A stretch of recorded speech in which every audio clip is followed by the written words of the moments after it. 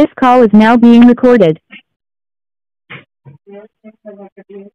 Hello sir చెప్పండి. Sir యెహోవా గురించి అడుగుతారు సార్. వీళ్ళు ఏదో చాలా తప్పు కలుగుతుంది సార్ దీని గురించి. అడగండి.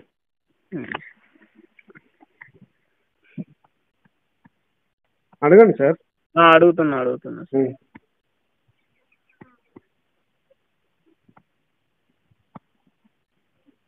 సార్. ఇప్పుడు యెహోవా భార్యలు ఇద్దరు కదా సార్ యెహోవాకు భార్యలు ఎక్కడ ఉన్నారు? లేరుగా.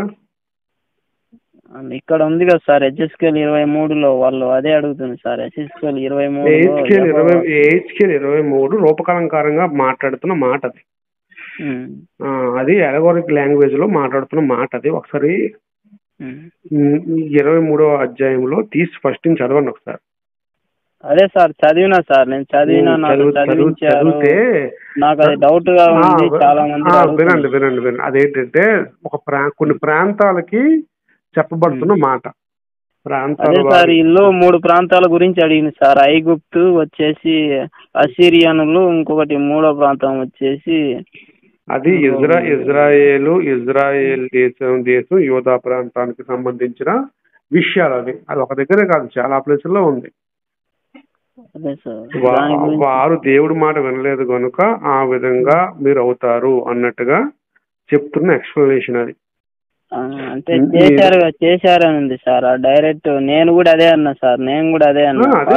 అదే ఏంటంటే ఇప్పుడు యుద్ధం సార్ నేనేమన్నానో చెప్తా సార్. ఒక మాట వాళ్ళ గురించి నేను అడిగింటే నేనేమన్నాను ఒక మాట చెప్తా సార్. మళ్ళీ మీరు సమాధానం చెప్పండి సార్. నేను వాళ్ళకి వినిపిస్తా. నేనేమని చెప్పానంటే సార్, ఇప్పుడు యెహోవా ఇద్దరు భార్యలు ఉన్నారు కదా సార్, ఒహోలా ఒహోలీబా. ఓకే. వాళ్ళిద్దరూ ఇప్పుడు ఐగుప్తు దేశం వాళ్ళు మగవారు వాళ్ళ తనులు నలిపిరి, వారి కుచములు పిసికిరి అని దాంట్లో రాయబడింది సార్. దాంట్లో వాళ్ళ గురించి వాళ్ళు అడిగినారు. దీంట్లో పిసికారు చేశారు కదా. మళ్ళీ యెహోవా రెండో భార్యకు తెలిసినా గానీ మొదటి భార్య విషయం ఒక మాట వినండి. అది ఏంటంటే రూపకలంకారంగా మాట్లాడుతున్న మాట. ప్రాంతాల పేర్లు మానవ జాతిలో ఉన్న కొన్ని అర్థాలను చూపించు చెప్తున్న మాటలు అవి. అంటే వ్యభిచార సంబంధమైన పరిస్థితులకు వాళ్ళు వెళ్ళిపోయారు, వారు బానిసలుగా మారిపోయారు అనే కాన్సెప్ట్ ని చెప్తున్న మాటలు అవి. దేవుడు ముందుగానే చెప్పాడు కదా, ఎవరైనా సరే దేవుడు మాట వినకుండా అన్ని జనుల వైపు వెళ్ళిపోతే, లేదంటే విగ్రహార్థం వైపు వెళ్ళిపోతే వాళ్ళు వ్యభిచార సంబంధంగా మారిపోతారని చెప్పాడు కదా ముందే. యెహోవా నిజంగా దేవుడే కదా సార్. మామూలుగా దేవుడే. దేవుడైతే ఇద్దరు భార్యలను కంట్రోల్ ఎందుకు చేయలేకపోయింది సార్? ఇద్దరు భార్యలు వ్యభిచారం చేస్తున్నప్పుడు ఈ 3 దేశాల వారితో కాదు. వినండి సార్, వాళ్ళిద్దరు భార్యలే కాదంటుంటే మళ్ళీ మీరు భార్య అంటున్నారండి. అంటే దీంట్లో ఉంది సార్ భార్యలు పీడిస్తున్నారు. వినండి సార్. అదేంటంటే ప్రాంతాల పేర్లు అని చెప్తున్నాను. ఇప్పుడు మనం మనకి యెహోవా భర్త అయి ఉన్నాడని ఉంది. మన నిజంగా భర్త అని అంటారా? ఇప్పుడు యెహోవా మనకు భర్త అయి ఉన్నాడని యెషయా గ్రంథంలో ఉందండి. ఇప్పుడు మనం యెహోవాకు భార్యలు అయిపోతామా? అంటే ఈ బైబిల్లో ఉంది కదా సార్. హెచ్కేల్ సార్, ఇప్పుడు నేను అడిగిందని చెప్పండి మీరు ముందు. ఇప్పుడు మనకు సంబంధం లేదు కదా సార్, మన దేశం కాదు కదా సార్. మనకు సంబంధం లేదా? ఎవరు చెప్పారు? దేవుడు అందరికీ సంబంధం ఉంది. మన ప్రాంతానికి సంబంధం లేదు. దేవుడు అనేవాడు యూనివర్స్ లో ఉంటాడు, యూనివర్స్ సంబంధించినవాడు, అందరికీ వర్తించేవాడు. అంతేకాని ఒక ప్రాంతానికి కొందరు ప్రజలకి వర్తించేవాడు కాదు దేవుడు. ఈ మాట నిజం కాదా సార్? అయితే ఏది ఈ హెచ్ఎస్కేల్ 23లో అదేంటంటే ప్రాంతాలకు సంబంధించిన కాన్సెప్ట్ తప్ప అది భౌతికంగా భార్యలు కాదు. అంటే భౌతికంగా జరగలేదు కదా సార్? జరగలేదు. వీళ్ళు ఇద్దరు భార్యలు ఒహోలా ఒహోలీబా యెహోవా ఇద్దరు భార్యలు కాదు కదా సార్? అక్క చెల్లెలు. అది ప్రాంతాల పేర్లు అని చెప్తుంటే మళ్ళీ మీరు అక్క చెల్లెలు అంటున్నారేంటి? ప్రాంతాలవి. ప్రాంతాలు అంటే ఇప్పుడు ఇక్కడ రియల్ గా చెప్తున్నారు కదా. ఇప్పుడు సికింద్రాబాద్ హైదరాబాద్ జంట నగరాలు ఉన్నాయి. ఓకే. మరి ప్రాంతాలు కదా 2 అలాగనమాట. ప్రాంతాలు అయితే ఇక్కడ వాళ్ళు పురుషులు అని ఇచ్చిండు కదా సార్, ఆ పురుషులు అదే వినండి, రూపకలంకారంగా చెప్తున్నాడు, వాడిని వర్ణిస్తూ చెప్తున్నాడు, వర్ణన అది. అంటే రూపకలంకారం అంటే దాని గురించి కొంచెం వివరణ ఇవ్వండి సార్. రూపకలంకారం అంటే ఎగ్జాంపుల్ గా చెప్తున్న మాటలు. ఎగ్జాంపుల్ మీకు చెప్తా. ఇప్పుడు బళ్ళు ఇస్తారు, బళ్ళు అర్పణ ఇస్తారు అన్ని జనులు, అలా నరబలి కూడా ఇస్తారు వాళ్ళు. అంటే ఇప్పుడు ఉంటేనే కదా సార్ ఆడ చెప్పేది రూపకలంకారము, లేకపోతే ఎలా చెప్తారు సార్? మనం ఎలా సృష్టిస్తాం? అది దేవుని వాక్యం కదా సార్, దేవుని వాక్యాన్ని మనం సృష్టించనీకి ఉండదు కదా సార్. సృష్టించడానికి ఎటువంటిది ఉండదు, ఎందుకంటే క్లియర్ గా చెప్పేశాడు, పైన చెప్పేశాడు అవి 2 ప్రాంతాలని. దేవుడు చెప్పాడు కదా ప్రాంతాలని. మరి ప్రాంతాలను తీసుకోకుండా నువ్వు భౌతికంగా తీసుకుంటే దేవుడు యెహోవా దేవుడు ఏం చేయలేకపోయిందా సార్ మామూలుగా అలా చేస్తుంటే? ఎవరు మామూలుగా అయిపోయిన పరిస్థితిని చెప్తున్నాడు. ఇప్పుడు దేవుడు ప్రతిదానికి అడ్డుతాడేంటి? ఇప్పుడు ఫర్ ఎగ్జాంపుల్ మనం పాడు చేసుకుంటున్నాం, మీ బ్రతుకుని మీరు పాడు చేసుకుంటున్నారు, అడ్డుతాడు మిమ్మల్ని? అలా చెయ్యొద్దు బాబు అంటాడు దేవుడు ఎప్పుడైనా సరే, అడ్డుతాడేంటి?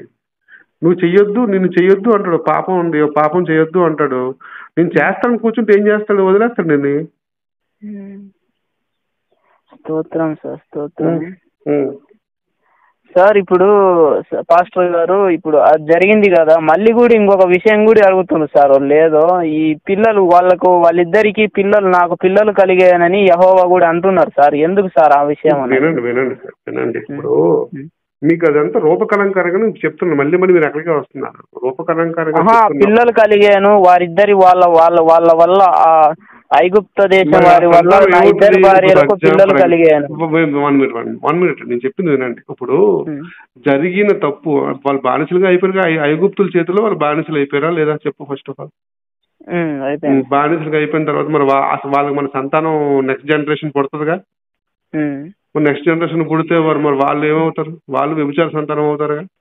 ఆయన దేవుడు రక్షించాలి కదా. నేను చెప్పింది దేవుడు ఎప్పుడు కూడా తన వైపు తిరిగిన వారిని రక్షిస్తాడు తప్ప తిరిగిన వారిని ఎలా రక్షిస్తాడు? అంటే వాళ్ళు ఆయన వంత అయ్యున్నారు కదా సార్, వాళ్ళు ఆయన మాట వినకపోతే వదిలేస్తాడు ఎవరినైనా. ఆయన భాగం అయి ఉన్నారు కదా సార్ వాళ్ళు. భాగమే కాదు, దేవుడికి భాగం ఎవరు కాదు. ఎక్కడుంది భాగం అని సార్ చెప్పండి సార్ పాస్టర్ గారు. వినండి నేను చెప్పింది వినండి. ఇప్పుడు వారు ఎప్పుడైతే దేవుడి మాట వినలేదో, దేవుడి మాట వినని వారిని వదిలేస్తాడు. అందుకే చెప్తాడు ప్రకటన లాస్ట్ లో, అన్యాయం చేస్తున్న వారిని అన్యాయం చేసుకోనిమ్ము అని ఎందుకన్నాడు దేవుడు. సార్ ఆ వాక్యం సార్ మీరు చదివి పూర్తిగా చెప్పండి సార్, లేకపోతే వినరు ఆ వాక్యం. ఆ పాస్టర్ గారు మనం చెప్పాల్సిన పద్ధతిలో మనం చెప్తే వాళ్ళే వింటారు. ఎందుకంటారు? అక్కడ క్లియర్ గా ఉంది కదా, అక్కడ క్లియర్ గా లేకపోతే అలాగే అవి 2 ప్రాంతాలని చెప్పి క్లియర్ గా ఉంది కదా, అప్పుడు చాలు సార్. హెచ్ఎస్కేలు 23 పూర్తిగా చదివి మాకు వివరించండి సార్. ఓకే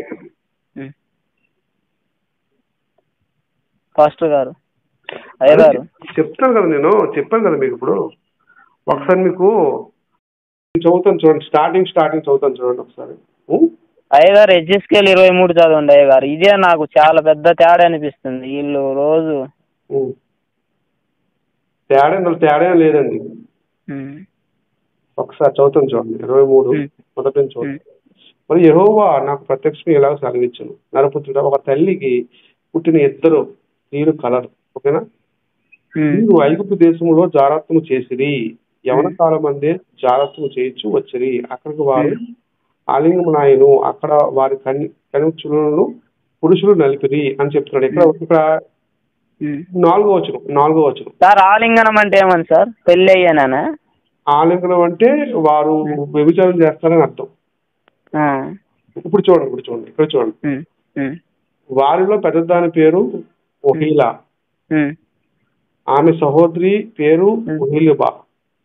వీరు నాకు పెండ్లి చేయబడిన వారై కుమార్తెలను కనిరి. ఒహీలిబా పేరు షోమురేను. అంటే ఎవరికి పెళ్లి చేయబడిన వారు? చూడండి ఇక్కడ చూడండి. సోమురోను అంటే ఎవరు చెప్పండి మీరు? సోమురోను అంటే ఏంటి? ఇక్కడ లేదు కదా సార్ ఆ విషయం. సోమురోను ఉందిగా? లేదు సార్ ఇక్కడ. ఒహోలియాను పేరు సోమురోనుకును, ఒహోలిబా అనే పేరు యెరూషలేమునకు చెందినవి అని అంటే అర్థం ఏంటి? అదే సార్ ఇప్పుడు ఉంది కదా సార్ పాస్టర్ గారు, ఓహోలా వచ్చేసి ఆమెను మన భాషలో ఇబ్రూలో ఓహోలా అంటారు, మన వాడుక భాషలో సామరియా అంటారు. ఓహోలిబా అని వచ్చేసి మన ఇబ్రూలో ఓహోలిబా, మామూలుగా మన వాడుక భాషలో జెరూసలేం. సరిపోయిందిగా. అంటే దీని అర్థం ఏంటంటే ఈ రెండు కూడా ప్రాంతాలు, ఈ ప్రాంతాలు కూడా ఏం చేశాయి అంటే వ్యభిచారం చేశాయి అంటే వ్యభిచార సంబంధంగా మారాయి అని అర్థం. చదవండి పాస్టర్ గారు, కొంచెం చదివి చెప్పండి. వ్యభిచారం అంటే మీరు ఏ వ్యభిచారం అనుకుంటున్నారు? వ్యభిచారం అంటే వాళ్ళు సెక్స్ చేశారనే నాకు అర్థమైంది సార్. అది కాదు, మీకు ఇంకో రిఫరెన్స్ చూపిస్తాను. వ్యభిచారం అంటే ఎవరు కనపడితే వాళ్ళతో పడుకోవడం. నేను వ్యభిచారం అంటే ఏంటో చెప్తాను వినండి. మొగుని కాకుండా వేరే వాళ్ళ కాడ పడుకోవడం. చెప్పింది వినట్లేదు మీరు. ఇర్మియా గ్రంథము 3వ అధ్యాయం 9వ వచనం చదవండి. నాకు ఇది ఒక్క విషయం చెప్పండి సార్, దాంట్లో నాకు ఇది ఒక్కటే అడ్డుపన్నది రోజు దీని గురించే మాకు డిస్కషన్ కదా. నేను చెప్పింది ఫస్ట్ ఆఫ్ ఆల్ మీరు వినండి, మీరు మాట్లాడొద్దు, నేను చెప్పింది వినండి సార్. ఇప్పుడు మీరు వ్యభిచారం అవుతుందని అన్నారు కదా, అవునా? అసలు వ్యభిచారం అంటే అర్థం ఏంటి అని వేరే దగ్గర వేరే పాయింట్ ఉంటుందిగా, ఉండదా? ఆన్సర్ ఉంటది కనుక నేను చెప్పిన రిఫరెన్స్ మీరు చదవండి. ఇర్మియా గ్రంథము 3వ అధ్యాయము 9వ వచనం చదవండి సార్. వారు ఐగుప్త దేశమున జానత్వం చేసిరి. ఆగండి, ఇర్మియా గ్రంథము 3వ అధ్యాయం 9వ వచనం చదవండి అంటున్నాను నేను. తీయండి సార్. మీరు చెప్పండి సార్, మీరు చెప్పండి సార్, నేను చెప్తే మళ్ళీ అర్థం కాదు, నాకు అర్థం కాదు. అందుకే చెప్తా వినండి. అయితే రాళ్లతోనూ మొద్దులతోనూ వ్యభిచారం చేసెను, ఆమె నిర్భయంగా వ్యభిచారం చేసి దేశమును అపవిత్రపరిచెను. రాళ్లతోనూ మొద్దులతోనూ వ్యభిచారం అంటే అర్థం ఏంటి? విగ్రహారాధనే వ్యభిచారం విగ్రహారాధనే వ్యభిచారం అని చెప్తున్నాడు. అంటే ఇప్పుడు సార్ నాకు డౌట్ పాస్టర్ గారు, ఇది కూడా అడుగుతారు సార్ వాళ్ళు. ఇప్పుడు మేరీ విగ్రహము, యేసు విగ్రహం పెట్టి విగ్రహారాధన చేస్తారు కదా సార్, మామూలు టెంపుల్, అది కూడా వ్యభిచారమే కదా. మనం చేయం కదా, రోమన్ కథలిక్స్ చేస్తారు, మనం చేయం. వాళ్ళు కూడా అది ఇంకా వ్యభిచారమేనా సార్ వాళ్ళు చేసేది? తప్పే, అది వ్యభిచారం తప్పే, అంతే. మీరు చెప్పండి పాస్టర్ గారు, మాకు అర్థమైంది. నేను చెప్తున్నా కదా, రోమన్ క్యాథలిక్స్ చేస్తున్న విగ్రహారాధన తప్పు. వాళ్ళు చేస్తున్నది వ్యభిచారము రోమన్ క్యాథలిక్. ఎవరు చేసిన సరే తప్పే అది. చెప్పండి పాస్టర్ గారు, కొంచెం మాకు ఏజెస్ స్కేల్ గురించి కొంచెం 23 మీరు చెప్తే ఇంకా నేను వాళ్ళకి మా పాస్టర్ గారు మీకు ఆల్రెడీ చెప్పారని నేను గొప్పగా వినండి. నేను చెప్పేశాను కాబట్టి వినండి. అందుకే అసలు 23వ అధ్యాయం అంతా కూడా దేనికోసం అంటే అది కేవలం విగ్రహారాధన కోసం మాత్రమే. సరేనా? రాళ్లతోనూ మొద్దులతోనూ వ్యభిచారం చేసేది అనేది ఇప్పుడు 8:3:9 చెప్పాను కనుక ఆ 3:9కి భావన అక్కడ క్లియర్ గా మనకు రాసింది. వ్యభిచారం అనేది ఎలా జరుగుతుంది అనేది విషయాన్ని దేవుడు చెప్తున్నాడు అక్కడ. అది రూపకలంకారంగా మనకు అర్థమయ్యే భాషలో చెప్పే లాంగ్వేజ్ అది. ఓకేనా? 23 మిగిలినది ఉన్నది సార్, మిగిలినది పాస్టర్ గారు 23 కొంచెం మీరు తీయండి. 23 చెప్పనులే పాస్టర్ గారు, నాకు అదొక్కటే మాకు మొత్తం నేను డిస్కషన్ చేసి మొత్తం వాళ్ళ క్లారిఫై చేసి 23 కాడ ఆగిపోయాను నేను. 23 తెలియాలంటే మీకు ఫస్ట్ ఆఫ్ ఆల్ ఇర్మియా గ్రంథం తెలియాలి. ఇర్మియా కూడా చూసా సార్, మామూలుగానే అది బాగానే ఉంది. అలాగొద్దు నేను చెప్పింది చేయండి. 3వ అధ్యాయం తీయండి. తీసారా? తీయండి 3వ అధ్యాయం. చెప్పండి పాస్టర్ గారు, మీరు చెప్పండి. చూడండి, ఈ 3వ అధ్యాయంలో ఇది 3వ అధ్యాయం చూడండి, 8వ వచనం చదువుతున్నాను. ద్రోహియగు ఇజ్రాయేలు వ్యభిచారం చేసిన హేతు చేతను నేను ఆమెను విడిచిపెట్టి ఆమెను పరిత్యాగ పత్రిక ఇయ్యగా విశ్వాసురాలకు ఆమె సహోదరి అయిన యోధ చూచి తానును భయపడక వ్యభిచారం చేయించు వచ్చుచున్నది. దేనికోసం అలా చేస్తున్నప్పుడు యెహోవా ఏం చేస్తున్నారు పాస్టర్ గారు? నీకు మళ్ళీ చెప్తున్నాను, అదే చెప్తున్నాను. ఎవరైనా తప్పు చేస్తే దేవుడు వదిలేస్తాడు, చేసుకోమని వదిలేస్తాడు.